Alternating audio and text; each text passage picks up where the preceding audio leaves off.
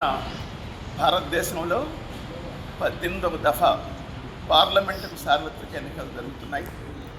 మన రాష్ట్రంలో కూడా వచ్చే నెల 13వ తారీఖున జరగబోతున్నాయి. ఈ ఎన్నికలు గత ఎన్నికల కంటే కూడా చాలా భిన్నమైనటువంటి పరిస్థితుల్లో జరుగుతున్నాయి.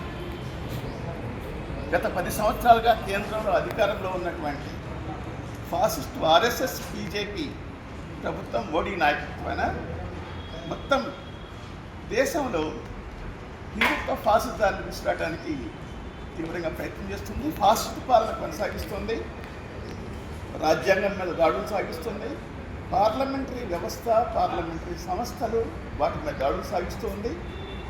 అన్ని తరగతుల ప్రజలు, రైతాంగం, కార్మికులు, దళితులు, మహిళలు, ఆదివాసులు, ప్రత్యేకంగా ముస్లింల మీద వాళ్ళ రాజ్యాంగబద్ధంగా చట్టబద్ధంగా ఉన్నటువంటి హక్కుల మీద దాడి చేస్తుంది.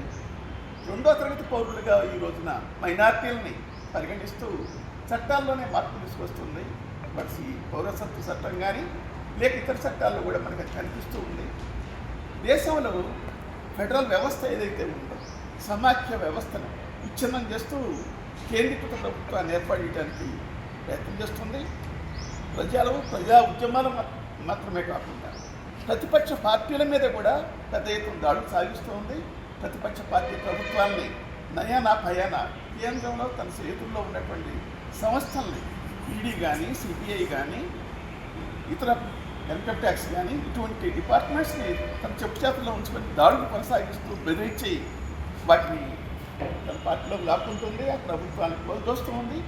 ప్రతిపక్ష నాయకుడిగా ఉన్నటువంటి రాహుల్ గాంధీ లాంటి వాళ్ళని విమర్శ చేశాడు అనేటువంటి పేరుతో 2 సంవత్సరాల పాటు పార్లమెంట్ నుంచి కూడా బహిష్కరించారు. పార్లమెంట్లో 146 మంది సభ్యుల్ని బహిష్కరించేసి సస్పెండ్ చేసి కేవలం ఒక అర్ధగంటలోనే 10-11 చట్టాలు ఆమోదించారు.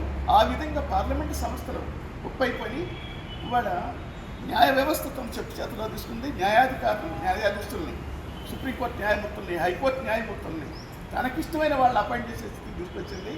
ఎలక్షన్ కమిషన్ అనేటువంటిది తన చెప్పు చేతుల్లో తీసుకుంది. ఆ విధంగా మొత్తం రాజ్యాంగ వ్యవస్థల్ని మొత్తం నాశనం చేస్తుంది, కుప్పగూరుస్తుంది.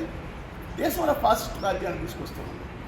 మొత్తం దేశ చరిత్రనే వక్రీకరిస్తూ మొత్తం మన దేశంలో ఇక ఒకే జాతి, మన దేశం వైవిధ్యం గల దేశం, మన దేశం విభిన్న సంస్కృతులు, భాషల గల దేశం, విభిన్న జాతులు గల దేశం.